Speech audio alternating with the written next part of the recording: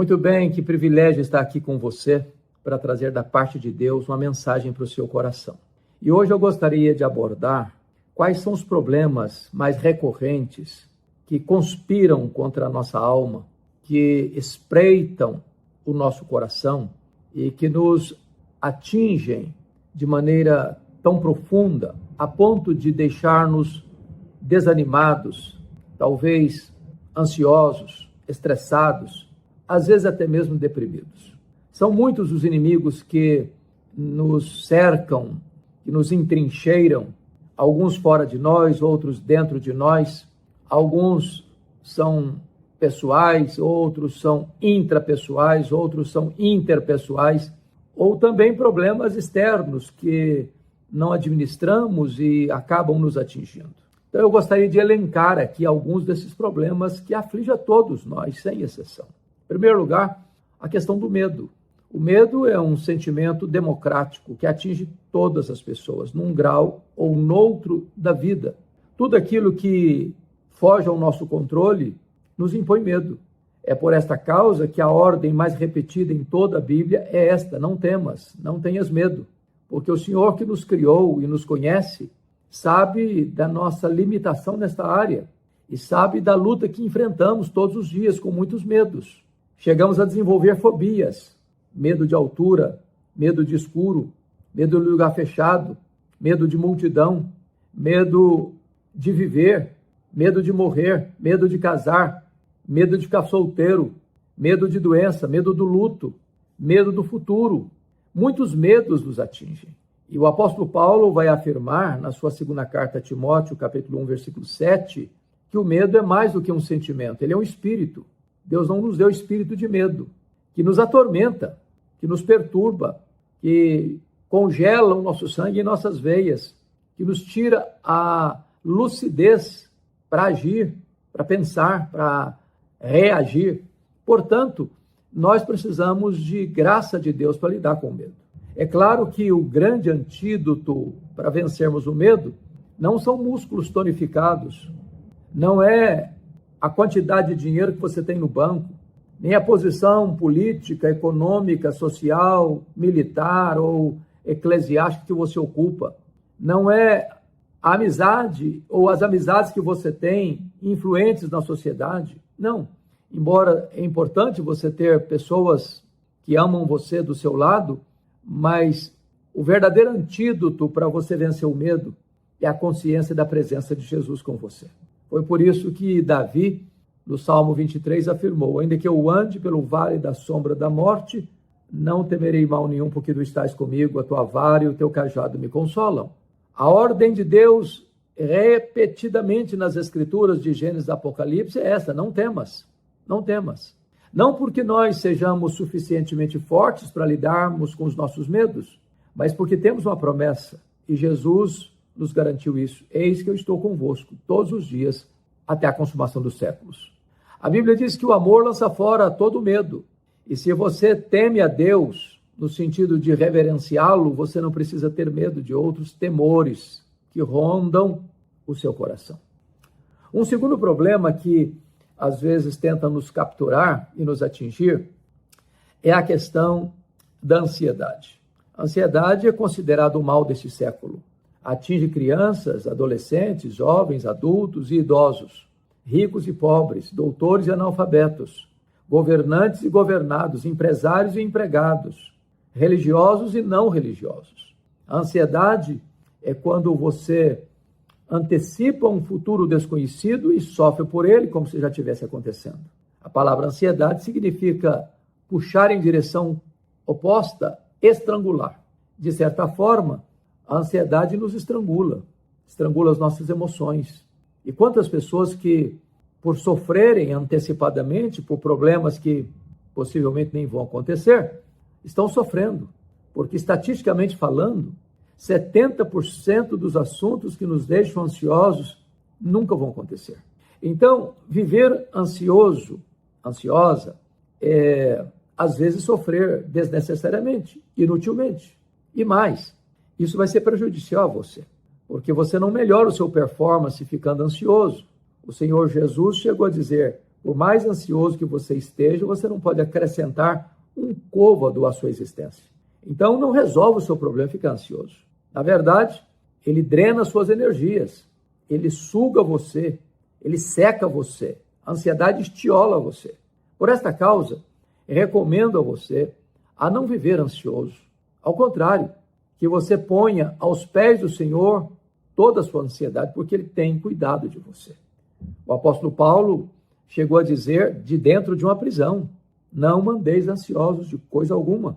Em tudo, porém, sejam conhecidas diante de Deus as vossas petições pela oração e pela súplica, com ações de graças, e a paz de Deus, que excede todo entendimento, guardará o vosso coração e a vossa mente em Cristo Jesus. Então, não há motivo para você ficar ansioso. É preciso colocar esta questão aos pés do Salvador. Mas ainda, o Senhor Jesus Cristo vai nos afirmar que nós não devemos viver ansioso ou ansiosos, porque Deus sabe das nossas necessidades antes mesmo que as coloquemos diante dele.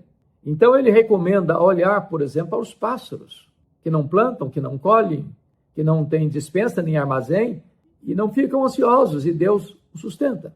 E ele diz também, olha, os lírios do campo, porque eles nascem hoje, florescem, e amanhã secam, murcham e secam, e nem Salomão em toda a sua glória se vestiu como qualquer deles. E Jesus arremata dizendo que nós valemos mais do que os pássaros e do que as flores. Ora, se Deus cuida do menor, Deus cuida do maior. Se Deus cuida do menos importante, Deus cuida do mais importante. Portanto, a ansiedade, ela é prejudicial para nós porque também é um gesto de incredulidade. Os gentios que não conhecem a Deus é que se preocupam com todas essas coisas que comeremos, que beberemos, com que nos vestiremos. Mas vós deveis buscar em primeiro lugar o reino de Deus e a sua justiça, e as demais coisas vos serão acrescentadas. Então, a ansiedade não é compatível com a fé. Onde entra a ansiedade, a fé bate asas. Onde a fé prevalece, a ansiedade não tem guarida. E quando você coloca esta causa diante de Deus, adorando a Deus por quem Ele é, suplicando a Deus porque Ele é seu Pai, dando graças a Deus por aquilo que já tem feito na sua vida, em vez de ansiedade, é a paz de Deus que vem guardar o seu coração e a sua mente em Cristo Jesus. Mas nós enfrentamos um terceiro problema, que é o problema do estresse. A nossa geração anda com os nervos à flor da pele. As pessoas estão esgotadas, elas estão explosivas, elas não têm paciência.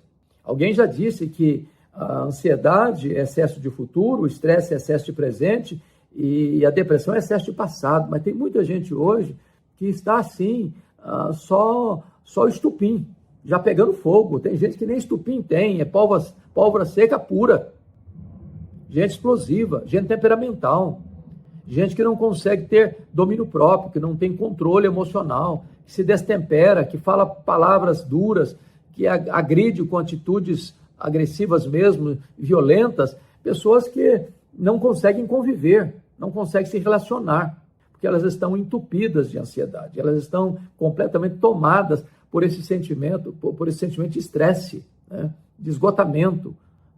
Algumas pessoas estão chegando ao burnout, algumas pessoas estão vivendo uma crise emocional como que permanente. E é por isso que a Organização Mundial de Saúde constata que mais de 50% das pessoas que passam pelos hospitais são vítimas de doenças psicossomáticas, porque essa ebulição das emoções destemperadas, elas somatizam, elas desencadeiam como um gatilho por doenças físicas, né, que tem consequências graves.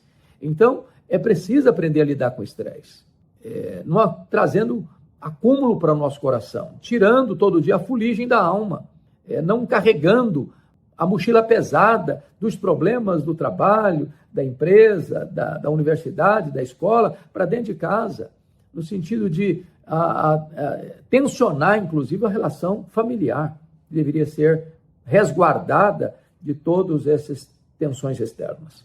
Então, cuidado com o estresse. Tá? De repente, você está precisando tirar férias. De repente, você precisa aí um tempo de refrigério, de cuidar de você mesmo, de cuidar das suas emoções, de terapeutizar sua alma. Mas me permita abordar um outro problema, que é o problema da depressão.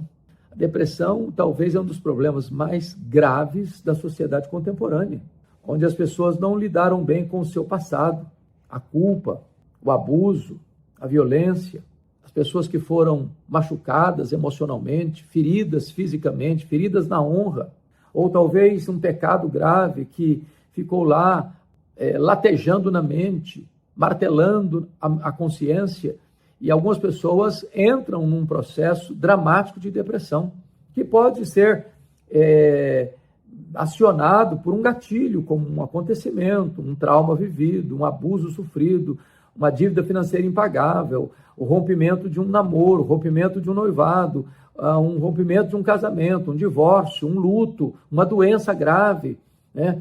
Então, todas essas problemáticas podem desencadear, certamente podem desencadear um processo depressivo. Mas também a depressão pode ter um componente de doença, que precisa ser diagnosticado adequadamente, que precisa ser tratado convenientemente. E é por isso que Andrew Solomon, no seu livro O Demônio do Meio-Dia, que é uma obra clássica sobre depressão, diz que depressão se trata com remédio, com terapia e com fé. Ou seja, é possível que uma pessoa crente, piedosa, cheia do Espírito Santo, lide com a crise de depressão. É isso mesmo. Não podemos olhar por outro ângulo. Não estou falando daquela depressão causada por um pecado, como foi o caso de Davi, como confessa no Salmo 38, 32, 51, mas eu estou falando de uma depressão clínica que precisa de cuidados médicos de fato, de acompanhamento clínico de fato, de terapia de fato, e também precisa dessa pessoa buscar a direção de Deus para esse tratamento. Então, é necessário que a gente fique atento a essas questões. Então, fico aqui com esses 4 elementos que podem nos atingir, que ficam aí rondando a nossa alma, ficam aí entrincheirando a nossa mente, que ficam aí rosnando, tentando nos ameaçar, e nós precisamos fechar os flancos, tapar as brechas, para que esses problemas do medo, da ansiedade, do estresse e da depressão não nos colha, não nos fragilize, não nos derrube. A nossa confiança em Deus precisa ser permanente, a nossa vigilância também. Então, busque o Senhor em oração, busque a sua palavra para você ler a Bíblia, para você meditar nas Escrituras. A palavra de Deus, ela traz alegria para a alma, ela restaura a alma, ela alegra o coração. Então, é necessário que você se debruce sobre a palavra de Deus, que você se alimente das promessas de Deus, que você viva aquilo que Deus tem para você, as suas promessas ricas e gloriosas e benditas. Se você assim fizer, certamente você vai lidar melhor com essas tensões, com esses inimigos da alma, e assim você será plenamente vitorioso em Cristo Jesus. Deus abençoe sua vida, Deus abençoe seu coração, e eu espero que esta breve palavra, os inimigos da alma que rondam a nossa vida, sejam derrotados em nome de Jesus, e você possa ficar livre para ter uma vida plena, maiúscula, abundante, superlativa, e desfrutar da alegria e da segurança da vida eterna. Deus abençoe, portanto, a sua vida, e se este pequeno vídeo abençoou o seu coração, trouxe lenitivo e consolo para o seu coração, para a sua alma, peço a você a gentileza de compartilhá-lo com outras pessoas. Se você não está inscrito ainda no nosso canal, nos ajude se inscrevendo e ajudando-nos a levar esta mensagem da esperança do Evangelho para muitas outras pessoas. Um grande abraço, Deus abençoe sua vida. Olá, falaremos hoje sobre algo que afeta a todos nós, os inimigos da alma, como medo, ansiedade, estresse e depressão. Hernandes Dias Lopes nos convida a refletir sobre como esses desafios podem ser enfrentados. Ele destaca que a presença de Jesus é a chave para superar o medo. Pilar fundamental, a fé nos conduz a uma paz interior, mesmo quando a ansiedade nos atinge. Aprendemos que é natural nos sentir sobrecarregados, mas podemos buscar um equilíbrio colocando nossas ansiedades nas mãos de Deus. Hernandes ressalta que entender e reconhecer nossa batalha com o estresse requer não só descanso, mas também uma renovação espiritual. E mesmo na depressão, há esperança quando combinamos fé, apoio profissional e autocuidado. Aproveite, compartilhe este vídeo e inscreva-se no canal para mais momentos de reflexão e ensino.